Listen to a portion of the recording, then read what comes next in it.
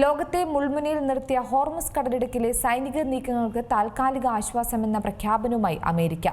ഇറാനുമേൽ America ഏർപ്പെടുത്തിയ ഉപരോധങ്ങൾ നീക്കാനുള്ള സാധ്യതകളാണ് നിലവിൽ പരിശോധിക്കുന്നത്.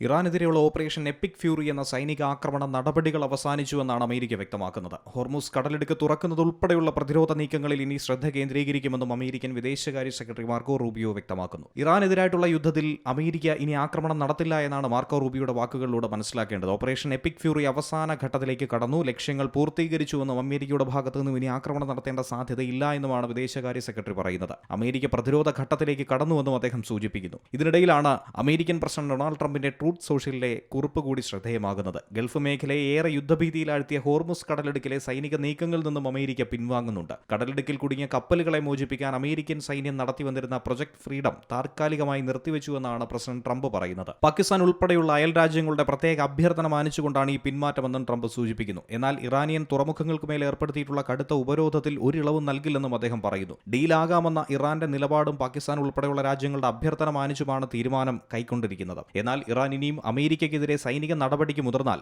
ശക്തമായി തന്നെ തിരിച്ചടിക്കുമെന്നാണ് മാർക്കോ റൂബിയോ പറയുന്നത്. ഹോർമുസ് കടലിടുക്ക് തുറക്കുകയാണ് ഇനി പ്രധാനപ്പെട്ട മാർഗ്ഗലക്ഷ്യം. അമേരിക്കയുടെ സമാധാന നിർദ്ദേശങ്ങൾ അംഗീകരിച്ച് ഇറാൻ ഹോർമുസ് തുറക്കണമെന്നും മാർക്കോ റൂബിയോ ആവശ്യപ്പെട്ട് കഴിഞ്ഞു. ഇറാനുമായി ഒരു സമ്പൂർണ്ണ കരാറിലെത്താൻ കഴിയുമെന്ന പ്രതീക്ഷയും അമേരിക്ക പങ്കുവയ്ക്കുന്നുണ്ട്. ഈ ഒരു സാഹചര്യത്തിൽ തന്നെയാണ് നിർണായകമായ പിന്മാറ്റവും. കഴിഞ്ഞ കുറച്ചു മാസങ്ങളായി ഹോർമുസ് കടലിടുക്കിൽ ഇറാൻ ഏർപ്പെടുത്തിയ ഉപരോധം ആഗോള എണ്ണ വിപണിയെ വല്ലാതെ പിടിച്ചുലച്ചിരുന്നു. അന്താരാഷ്ട്ര തലത്തിൽ ക്രൂഡ് ഓയിൽ വില കുതിച്ചുയരാൻ ഇത് കാരണമായി. ഓപ്പറേഷൻ എപ്പിക് ഫ്യൂറി എന്ന പേരിൽ അമേരിക്കൻ സഖ്യസേന നടത്തിയ തിരിച്ചടികൾ വലിയൊരു യുദ്ധത്തിലേക്ക് നീങ്ങുമോ എന്ന ഭീതി അടക്കം പശ്ചിമേഷ്യയിൽ ഉണ്ടായിരുന്നു. എന്നാൽ ഏപ്രിൽ മാസത്തിലുണ്ടായ 2 ആഴ്ചത്തെ വെടിനിർത്തൽ കരാർ ഇപ്പോൾ കൂടുതൽ സമാധാനത്തിലേക്ക് നീങ്ങുകൂടിയാണ്. International desk C Malayalam news.